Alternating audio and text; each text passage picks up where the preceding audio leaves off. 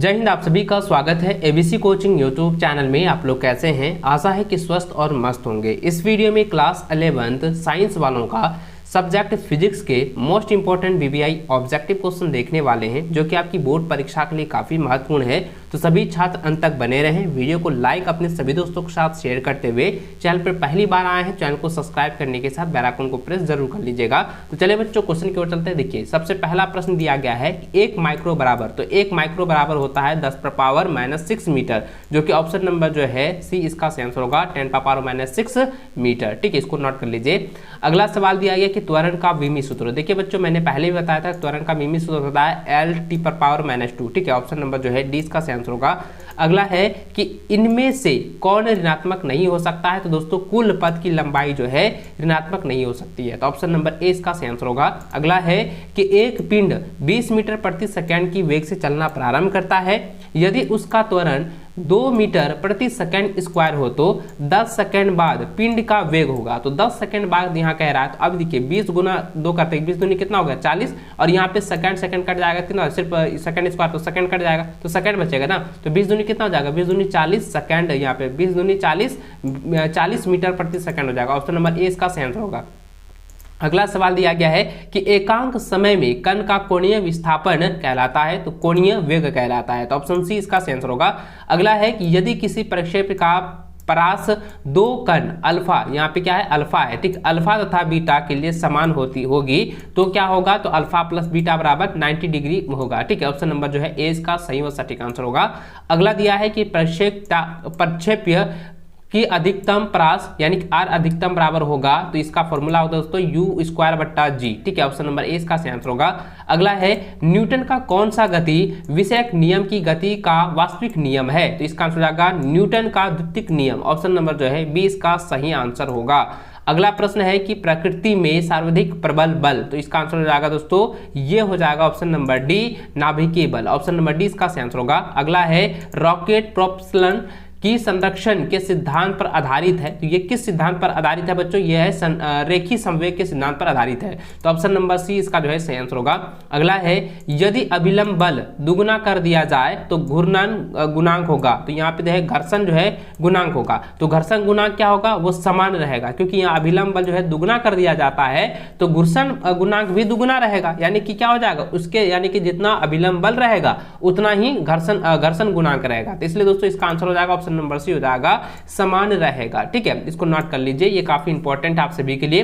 चलिए अगला सवाल 12 नंबर दिया गया है कि एम द्रव्यमान वाली एक गेंद यू चाल से एक सख्त दीवार से टकराती है और फिर उसी चाल से टकराकर वापस हो जाती है, दीवार के द्वारा गेंद पर आरोपित बल होगा। तो देखिए यहाँ पे क्या है कि एम द्रव्यमान वाली जो है कोई जो है वाली एक गेंद है जो कि प्रारंभिक चाल u से जो वो दीवार से टकराती है, फिर जो है वापस आ जाती है, यानी कि 2 बार वो रिटर्निंग हो रहा है, तो यहाँ पे क्या हो जाएगा -2 mu हो जाएगा, यानी कि द्रव्यमान गुना चाल हो जाएगा। ठीक है, इसको आप लोग ऑप्शन नंबर डी जो है राइट आंसर होगा -2 mu हो जाएगा। ठीक है, इसको नोट कर लीजिए। अगला सवाल है कि निम्न में से कौन सा एक संरक्षी बल नहीं है, तो दोस्तों ये हो जाएगा घर्षण बल जो एक संरक्षी बल नहीं है, ऑप्शन ए इसका सही आंसर होगा। अगला है कि 1 किलोवाट घंटा यानी कि 1 kW यानी कि 1 kWh बराबर है, तो 1 किलोवाट घंटा बराबर होता है 3.6 गुना 10⁻6 जूल। ठीक है, ऑप्शन नंबर जो है 20 का सही आंसर होगा। अगला सवाल है कि एक करंट 20 सेकंड में 10 मीटर ऊंचाई तक 100 किग्रा के एक द्रव्यमान को उठाती है, तो कौन सी शक्ति होगी, तो कौन सी शक्ति इसमें ज्ञात करने के लिए कहता है।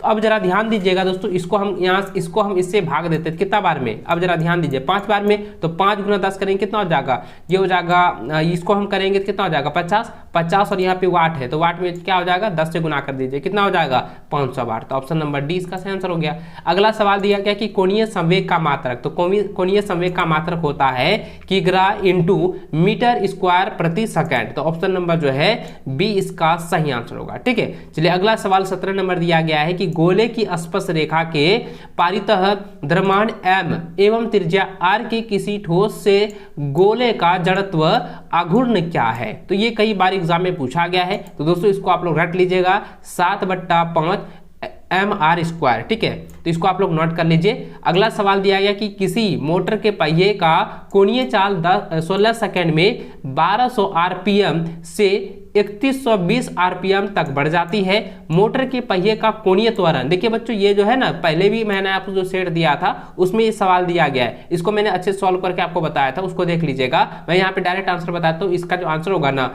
ये होगा 4 पाई रेड एस पर पावर -2 हो जाएगा। ऑप्शन नंबर जो है 20 का सही और सटीक आंसर होगा। ठीक है, अगला है केपलर का प्रथम नियम कहलाता है, तो केपलर का प्रथम नियम कहलाता है कक्षाओं का नियम। ऑप्शन नंबर ए इसका सही आंसर होगा। अगला है जी का मान होता है, तो जी का मान जो होता है दोस्तों ध्रुवों के अधिकतम होता है। ठीक है, ऑप्शन नंबर जो है ए सही आंसर होगा। अगला सवाल देखिए न्यूमेरिकल से दिया गया है, इसमें सिर्फ फॉर्मूला पूछा गया है कि यदि पृथ्वी की सतह के निकट कक्षा के लिए किसी उपग्रह का प्लायन वेग भी हो तो तथा कक्षीय वेग v0 यानी कि v0 जो है हो तो संबंधित है, तो यहाँ पे फॉर्मूला आपको बताना है। तो दोस्तों यहाँ पे फॉर्मूला होता है ve बराबर √2v0। तो यहाँ पे देखिए कहाँ पर है, ऑप्शन नंबर डी में दिया हुआ था। ऑप्शन नंबर डी इसका सही आंसर हो गया। अगला सवाल 22 नंबर दिया गया कि निम्न में से सर्वाधिक प्लास्टिक पदार्थ कौन सा है, तो दोस्तों इसका आंसर आएगा देखिए प्लास्टिटाइसिन। ठीक है, ऑप्शन नंबर डी इसका आंसर होगा। अगला सवाल है कि हुक के प्रत्यास्था के नियमानुसार यदि प्रतिबल बढ़ता है तो प्रतिबल के विकृति का अनुपात होगा, तो अनुपात क्या होगा, नियत रहेगा। ऑप्शन नंबर जो है डी इसका सही आंसर होगा। ठीक है, अगला सवाल है कि घनत्व का मात्रक होता है, तो घनत्व का मात्रक होता है किग्रा × मीटर प्रति क्यूब। ऑप्शन नंबर जो है ये सी नंबर जो है सही आंसर होगा, यानी कह सकते हैं कि किग्रा × मीटर पर पावर -3। ठीक है, इसको आप लोग नोट कर लीजिए। अगला सवाल 25 नंबर दिया गया है, निम्न में से कौन सा उपकरण वायुमंडलीय दाब मापने के लिए प्रयुक्त किया जाता है, या कह सकते हैं वायुमंडलीय दाब मापने के लिए जो है उस यंत्र को हम लोग लगाते हैं, तो उसको हम लोग कहते हैं दाब मापी। याद रखेंगे, दाब मापने के लिए किसको करते हैं, दाब मापी को। ठीक है, ऑप्शन नंबर जो है 20 का सही आंसर होगा। अगला सवाल है कि ठोस पदार्थ गर्म किए जाते हैं, तो ठोस पदार्थ जो है चालन विधि द्वारा जो है, ठीक है, चालन विधि द्वारा जो है गर्म किए जाते हैं।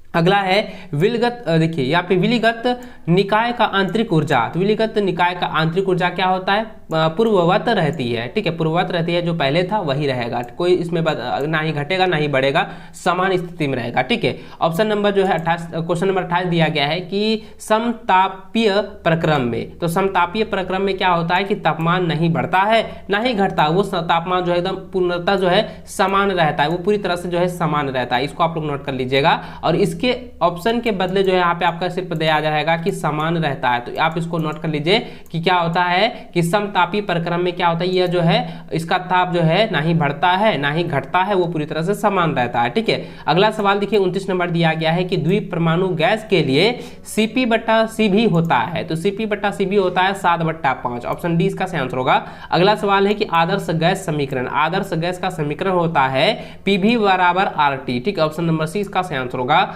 अगला सवाल 31 नंबर दिया गया है कि स्प्रिंग नियतांक का SI मात्रक होता है, तो बच्चों इसका आंसर क्या हो जाएगा, N × m⁻1, या कह सकते हैं न्यूटन प्रति मीटर। ठीक है, ऑप्शन नंबर बी इसका सही आंसर होगा। अगला सवाल है कि सरल आवर्त गति करते हुए कण का आयाम a एक आवर्तकाल के कण द्वारा तय की गई दूरी क्या है, तो इसका आंसर क्या हो जाएगा, 4a हो जाएगा, क्योंकि ये जो है चौगुनी हो जाएगी। ऑप्शन नंबर डी इसका सही आंसर होगा। अगला प्रश्न है कि निम्न में से कौन सी गति सरल आवर्ती गति नहीं है, तो बच्चों इसका आंसर हो जाएगा सूर्य के चारों ओर ग्रह की गति जो है ये आवर्त गति नहीं है। ऑप्शन नंबर सी इसका सही आंसर होगा। अगला सवाल है कि वायु में ध्वनि तरंग की चाल, वायु में ध्वनि तरंग की चाल जो होती है आर्द्रता में वृद्धि के साथ जो है बढ़ती है, तो ऑप्शन नंबर सी इसका सही आंसर हो गया। अगला सवाल जो है 35 नंबर दिया गया है कि किसी माध्यम में अनुदैर्ध्य तरंगों के संचरण के साथ संचरित राशि, तो संचरित राशि क्या होगा बच्चों, ऊर्जा होगा। ठीक है, ऑप्शन नंबर 20 का सही और सटीक आंसर होगा। तो दोस्तों इस वीडियो में जो है फिजिक्स के मोस्ट इंपोर्टेंट ऑब्जेक्टिव क्वेश्चन देखे हैं, इसको आप लोग नोट कीजिए और अपने कॉपी में इसको अच्छे से आप लोग जो है सुंदरता से लिखिए और इसको एग्जाम से पहले रिविजन कर लीजिएगा।